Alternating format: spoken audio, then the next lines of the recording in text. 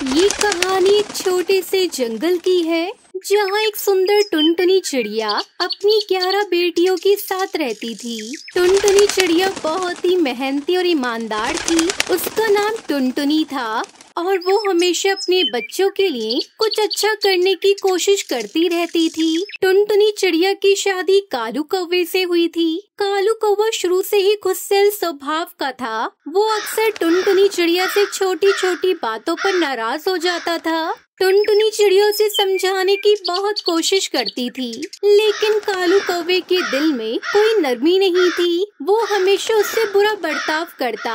जब टुनटुनी चिड़िया माँ बनने वाली थी तो कालू कौवे ने उससे कह दिया था कि वो बच्चों के लिए बहुत कुछ करेगा, लेकिन जब टुनटुनी चिड़िया ने 11 प्यारी बेटियों को जन्म दिया तो कालू कौवे को और भी गुस्सा आ गया। वो चाहता था कि टुनटुनी चिड़िया एक बेटा पैदा करे, लेकिन टुनटुनी चिड़िया के पास बेटियां ही आई। कालू कौवे का दिल जलने लगा। उसने टुनटुनी चिड़िया से गुस्से में कहा, तुम सिर्फ बेटियों को ही जन्म देती हो, मुझे बेटा क्यों नहीं हुआ? अब मुझे तुमसे कोई मतलब नहीं है, मैं तुम्हें छोड़कर चला जाऊंगा।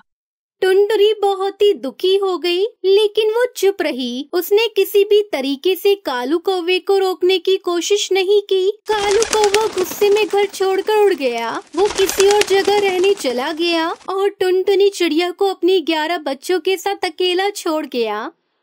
ये सब क्या हो गया कालू? तुम मुझे छोड़कर क्यों चले गए?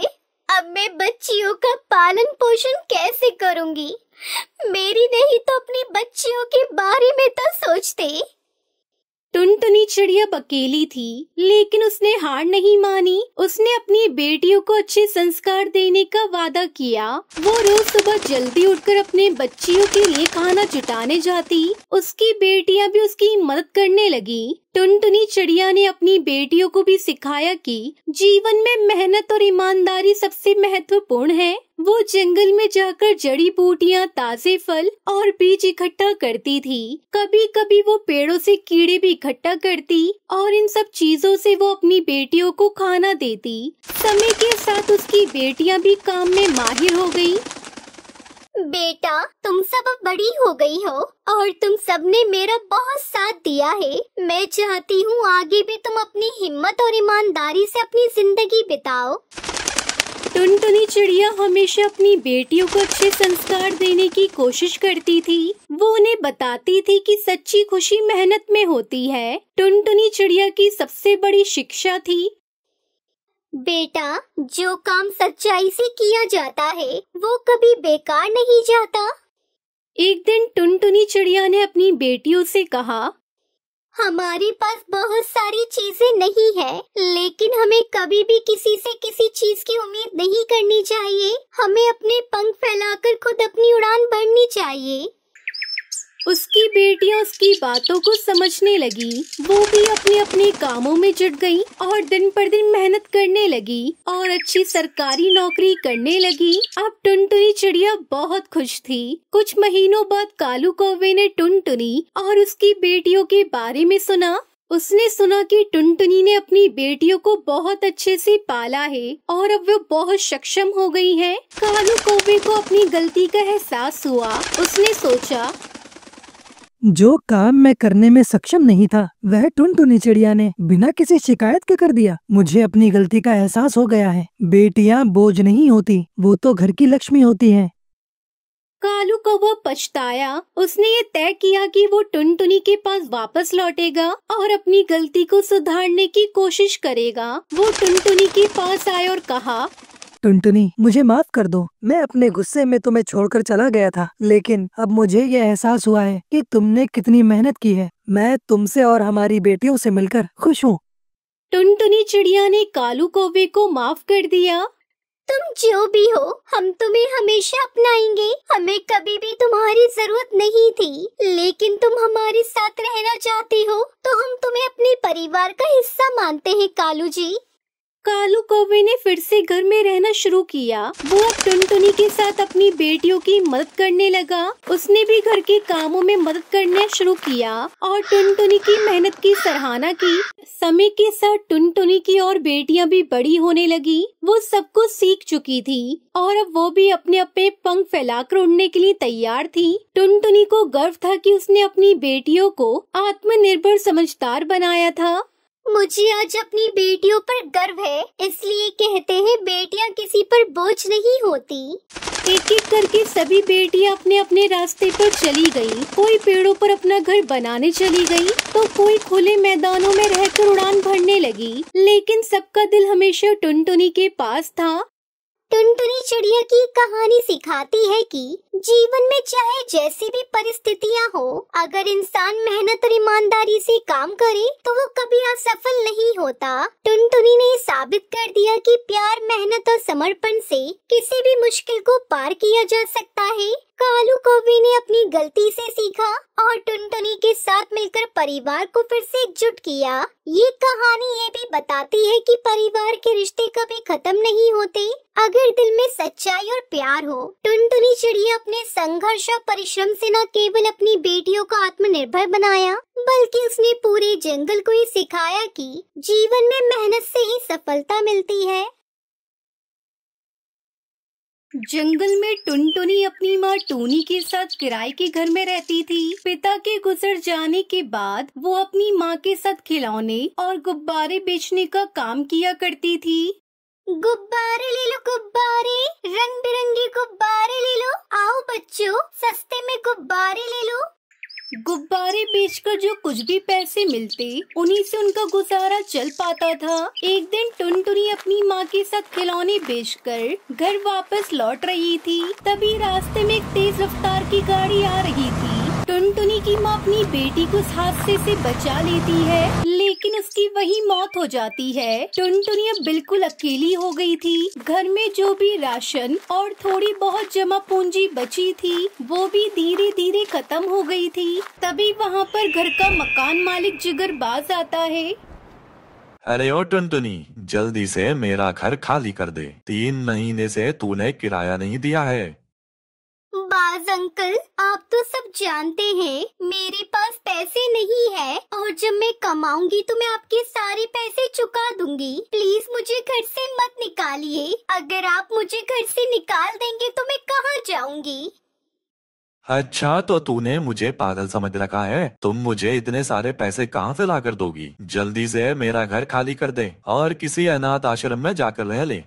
ये कहकर जिगरबाज टुनटुनी चिड़िया को धक्के देकर घर से बाहर निकाल देता है। बेचारी टुनटुनी चिड़िया रोते रोते वहाँ से चली जाती है। वो भूख से बेहाल पक्षियों से मदद मांगती है, लेकिन हर कोई उसकी बेइज्जती करके वहाँ से भगा देता है। तभी रास्ते में टुनटुनी को उसके मामा हरिया तोता मिलते हैं। अरे टुनटुनी, तुम यहाँ अकेले क्या कर रही हो? टुनटुनी अपने मामा हरिया को सारी बातें बताती है। टुनटुनी, तुम्हारी बातों को सुनकर बहुत दुख हुआ। मेरी बहन अब इस दुनिया में नहीं है। मुझे तो इस बात की खबर तक नहीं मिली, क्योंकि मैं अपने बिजनेस के सिलसिले से 2 महीने के लिए शहर से बाहर गया था। खैर छोड़ो तुम ये सब बातें, तुम मेरे साथ मेरे घर चलो, वहीं मेरे साथ रहना। हरिया तोता टुनटुनी को लेकर अपने घर जाता है। तभी टुनटुनी को देखकर गुस्से में उसकी मामी हरी तोती बोलती है, अरे भाग्यवान जीजा जी तो हमें पहले ही छोड़ के चले गए हैं, और अब मेरी बहन भी इस दुनिया में नहीं रही। क्यों, हमारा घर कोई अनाथ आश्रम है जो आप इसे यहाँ उठा कर ले आए? अभी के अभी इसे जहाँ से लेकर आए हो वहाँ छोड़ कर आओ। ये तुम कैसी बातें कर रही हो? हम इसके मामा मामी हैं। अगर मुसीबत में हम इसके काम नहीं आएंगे तो कौन आएगा? मैं कुछ नहीं जानती, इसे यहाँ बिल्कुल नहीं रहने दूंगी। इसे चुपचाप जहाँ से लेकर आए हो वहाँ छोड़कर आ जाओ, वरना मैं अपने दोनों बच्चों को लेकर कहीं दूर चली जाऊंगी। अपनी पत्नी की बातें सुनकर हरिया तोता दुखी हो जाता है। टुनटुनी अपनी मामी के मुंह से सारी बातें सुनकर चुपचाप वहाँ से चली जाती है। चलते चलते टुनटुनी एक घने जंगल में पहुँच जाती है और भूख की वजह से जोर जोर से रोने लगती है। प्लीज कोई मेरी मदद करो, मुझे कुछ खाने के लिए दे दो। मुझे बहुत जोरों की भूख लगी है, प्लीज मेरी मदद करो। तभी वहाँ से एक परी गुजर रही थी। वो टुनटुनी की रोने की आवाज सुनकर कहती है, अरे इतने घने जंगल में कौन रो रहा है? लगता है कोई बहुत बड़ी मुसीबत में है। मुझे उनके पास जाकर उनकी मदद करनी चाहिए। इतना कहकर वो परी टुनटुनी के पास आकर बोलती है, अरे तुम इस घने जंगल में क्या कर रही हो? क्या तुम अपने घर का रास्ता भटक गई हो? मुझे बताओ तुम्हारा घर कहाँ है? मैं तुम्हें तुम्हारे घर पहुँचा देती हूँ। मेरा कोई घर नहीं है और मेरे माँ पिताजी की मौत हो गई है और मैंने कई दिनों से कुछ भी नहीं खाया। किसी से कुछ खाने को मांगो तो कोई मुझे खाने को नहीं देता। सब मेरा मजाक उड़ाते हैं। आप प्लीज मेरी मदद कर दीजिए। मुझे कुछ खाने को दे दीजिए। मुझे बहुत जोरों की भूख लगी है। टुनटुनी की बातें सुनकर उस परी की आंखों में आंसू आ जाते हैं। अच्छा ठीक है, तुम पहले रोना बंद करो और सबसे पहले खाना खाओ। फिर परी अपनी जादुई छड़ी से खाना प्रकट करती है और टुनटुनी पेट भरकर खाना खाती है। पेट भर खाना खाने के बाद टुनटुनी परी का धन्यवाद करते हुए कहती है, आपका बहुत बहुत धन्यवाद परी जी। मैं जहाँ कहीं भी किसी से मदद मांगने जाती थी, सब मुझे डांट कर भगा देते थे। तुम चिंता मत करो, मैं तो तुम्हारी मदद करूँगी। परी अपनी जादुई छड़ी से टुनटुनी के लिए गुब्बारा प्रकट करती है। ये लो टुनटुनी गुब्बारे, इसे तुम कहीं किसी खुले स्थान पर ले जाकर रख देना। उसके बाद तुम्हारी सारी परेशानी दूर हो जाएगी। ये कहकर परी वहाँ से गायब हो जाती है। टुनटुनी उस गुब्बारे को ले जाकर खाली जगह पर रख देती है। देखते ही देखते वहाँ पर एक गुब्बारे का घर प्रकट हो जाता है, जिसे देखकर टुनटुनी खुशी से झूम उठती है। टुनटुनी जैसे उस गुब्बारे के घर के अंदर प्रवेश करती है, वो चौंक जाती है, क्योंकि उस जादुई गुब्बारे के घर के अंदर बहुत सारी धन दौलत थी। जादुई गुब्बारे के घर से मिले पैसों से वो गरीब पक्षियों की मदद करने लगती है। तभी रास्ते में उसको उसके मामा मामी बैठे दिखाई देते हैं। अरे मामा मामी जी, आप दोनों ऐसे रास्ते में क्यों बैठे हो? क्या बताऊं टुनटुनी बेटा, मेरी कंपनी में आग लग जाने से मेरा सब कुछ बर्बाद हो गया। कर्ज चुकाने के लिए मुझे अपना घर तक बेचना पड़ गया। अब मेरे पास अपना सर छिपाने के लिए जगह तक नहीं है। मामा जी, आप मेरे साथ मेरे घर चलिए, वहाँ पर आपको कोई दिक्कत नहीं होगी। टुनटुनी के कहने पर उसके मामा और मामी उसके घर जाने के लिए तैयार हो जाते हैं। टुनटुनी का इतना सुंदर और बड़े गुब्बारे का घर देखकर उसके मामा मामी हैरान हो जाते हैं। अरे टुनटुनी, इतना बड़ा और इतना सुंदर गुब्बारे का घर, यह घर कब और कैसे बनवाया तुमने? तभी टुनटुनी अपने मामा मामी से अपनी सारी बातें बताती है।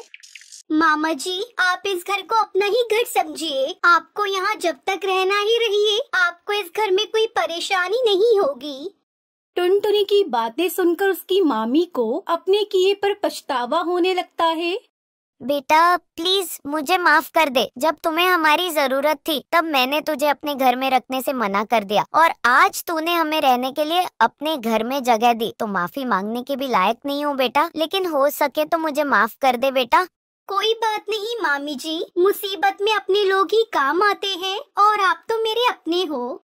फिर उस दिन के बाद से टुनटुनी अपने मामा मामी के साथ खुशी खुशी उस जादुई गुब्बारे के घर में रहने लग जाती है।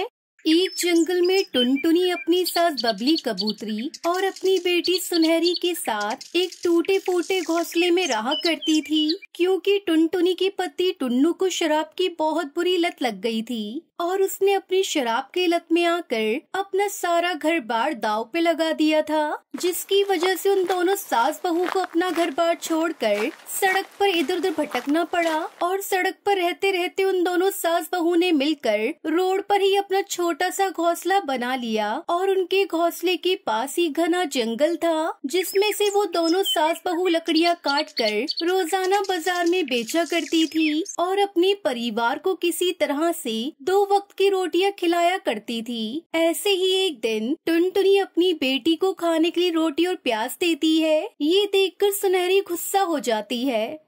क्या माँ, आज फिर से आपने मुझे हमेशा की तरह रोटी और प्याज दी है? खाने के लिए मैं रोज रोज ये सूखी रोटी खाकर बोर हो चुकी हूँ। माँ, मुझे खाना नहीं खाना।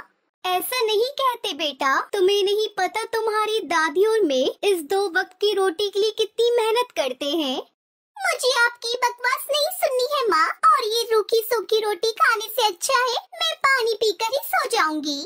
इतना बोलकर गुस्से में खाना छोड़कर सुनहरी उठ जाती है और मटके से पानी निकालकर पीने लगती है। और जैसे ही वो अपनी टूटी फूटी खाट पर जाकर सोती है तो खाट गर्म होने की वजह से वो गुस्से में उठकर अपनी माँ से कहती है, पता नहीं भगवान ने मुझे किन गरीबों के घर में पैदा कर दिया है, इस टूटे फूटे घोंसले और तपती गर्मी में मुझे चैन से सोने को नहीं मिलता और न ही हम लोगों के पास हमारी मनपसंद का खाना मिलता है।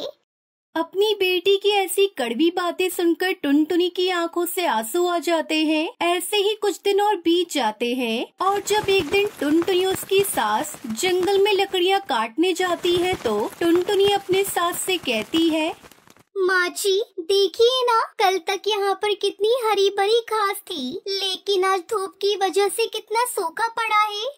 इतना कहकर वो दोनों सास बहू मटके में पानी भरकर उन सारी घास पर डालती है। और जब अगले दिन टुनटुनी और बबली फिर से लकड़ियाँ काटने जंगल में आती है तो वहाँ एक गरीब इंसान परिवार को घास इकट्ठा करता हुआ देखती है। अरे भाई साहब, आप ये घास अपनी गाय को खिलाने के लिए ले जा रहे हैं? अरे नहीं नहीं बहन जी, वो कल रात हमारे गांव में बहुत तेज बारिश हुई थी, जिसकी वजह से हम गरीबों का घर टूट गया और हम लोगों के पास इतने पैसे तो नहीं हैं जिससे हम अपने लिए एक पक्का मकान बनवा सकें, इसलिए हम अपना घर बनाने के लिए इस घास को इकट्ठा कर रहे हैं। इतना बोलकर वो आदमी अपनी घास उठाकर वहाँ से चला जाता है। तभी टुनटुनी अपने सास से कहती है, माँ जी, जब एक गरीब परिवार इस घास से अपना घर बना सकता है तो क्या मैं अपने बच्चों के लिए इस घास से एक बेड नहीं बना सकती? फिर वो दोनों सास बहू मिलकर जंगल से लकड़ियाँ और घास इकट्ठा करती है और उसे अपने घर ले आती है और कड़ी धूप में घर के बाहर ही वो अपना बेड बनाना शुरू करती है। माँ जी, पहले हम लकड़ियों से बेड का ढांचा तैयार कर लेते हैं, जिससे हमारा बेड दिखने में मजबूत भी लगेगा। इतना कहकर दोनों सास बहू अपनी कड़ी मेहनत से बेड का ढांचा तैयार करती है और उस बेड के चारों तरफ घास की पत्तियां बिछा देती है और अपना दिमाग लगाकर वो उन घास की पत्तियों से सुंदर सुंदर तकिए और बिस्तर बना लेती है और उसे ले जाकर अपने घर में बिछा देती है। और घास का बना सुंदर सा बेड देखकर सुनहरी अपनी माँ से कहती है, माँ, क्या सच में आपने मेरे लिए घास का बेड बनाया है? हाँ मेरी बच्ची, ये सब मैंने तुम्हारे लिए ही तो किया है। फिर तो माँ, अब हमको इसके ठंडे ठंडे बेड पर सोने को मिलेगा। उसी समय वहाँ पर अचानक से बंटी नशे में आता है और घास का बना बेड देखकर वो कहता है, अरे टुनटुनी, कैसी हो तुम? और मेरी सुनहरी, इधर आओ, मेरे पास आ। हमें आपके पास नहीं आना है पिताजी, क्योंकि आप एक नंबर के नशेबाज हो और आज आपकी वजह से हमारी ये हालत हुई है। तेरी इतनी हिम्मत, तू मुझसे जुबान लड़ा रही है? रुक जा, मैं तुझे अभी बताता हूँ। गुस्से में आकर बंटी उन सास बहू का बनाया हुआ घास का बेड तोड़ देता है और वहाँ से चला जाता है। ये देखकर सुनहरी फूट फूट कर रोने लगती है और बिना खाए पिए ही गर्म जमीन पर ही सो जाती है। आधी रात होते ही उन लोगों को उनका बिस्तर बर्फ की तरह ठंडा महसूस होता है, जिसकी वजह से सुनहरी की आंखें खुल जाती हैं। और जब वो उठती है तो वो अपने आप को उसी घास के बेड पर पाती है जो कि उसके पापा उसे तोड़कर चले गए थे। अब वो बिल्कुल पहले की तरह ठीक हो चुका था। अरे माँ, दादी जल्दी उठिए, देखिए हमारा घास का बनाया हुआ बेड बिल्कुल ठीक हो गया है और हम लोग इसके ऊपर ही सो रहे थे। मगर ये चमत्कार हुआ कैसे बहू? तूने तो रात में उठकर इस बेड को दोबारा तो नहीं बनाया? नहीं माँ जी, मैंने तो उसे आज हाथ भी नहीं लगाया। उसी समय उस घास के बेड से एक आवाज आती है, घबराओ मत, दरअसल तुम दोनों सास बहू को नहीं पता कि जिस घास को तुमने पानी दिया था वो कोई मामूली घास नहीं बल्कि एक जादुई घास है। इसलिए जब तुम दोनों ने उस घास से अपना बेड बनाया तो तुम्हारा बेड भी एक जादुई बेड में बदल गया और अब तुम इसे जैसे चाहो इस्तेमाल कर सकती हो और यह जादुई बेड तुम्हारी हर एक इच्छा को पूरा करेगा। हे जादुई बेड, क्या तुम हमें खाने के लिए कुछ अच्छा भोजन दे सकते हो? उसी समय अचानक से उस घास के बेड पर बहुत सारा स्वादिष्ट खाना आ जाता है। ये देखकर सुनहरी खुश हो जाती है। ऐसे ही उस गरीब के घर में थोड़ी सी खुशियाँ आई ही होती है कि एक दिन सरकारी पक्षी आकर उन सास बहू का बनाया हुआ छोटा सा घोंसला तोड़ देता है, जिसकी वजह से वो लोग फिर से बेघर हो जाते हैं। भगवान, पता नहीं आप कब तक हम गरीब लोगों के साथ ऐसा ही करते रहोगे, कब तक हम लोगों के सर से छत छीनते रहोगे। बहू, अब हम लोगों को क्या होगा? माँ जी, आप चिंता मत करिए। ऊपर वाला जो भी करता है हमारे अच्छे के लिए ही करता है, और शायद हम इसलिए इस टूटे फूटे घर से बेघर हुए हैं क्योंकि अब हम उस जादुई घास के बेड की मदद से अपना एक अच्छा बड़ा घर बना सकते हैं। और ऐसे ही एक बार फिर वो दोनों सास बहू मिलकर उस जादुई घास से अपना एक सुंदर सा घर बनाती है, और कुछ ही दिनों में उनका घास का सुंदर सा घर बनकर तैयार हो जाता है। जिसके बाद टुनटुनी अपने उस घर में घास का बेड और घास की कई सारी चीजें बनाकर तैयार करती है। और उस दिन के बाद से उन दोनों सास बहू की जिंदगी पूरी तरह से बदल जाती है, और वो लोग अपने बच्चों के साथ खुशी खुशी अपना जीवन व्यतीत करने लगते हैं।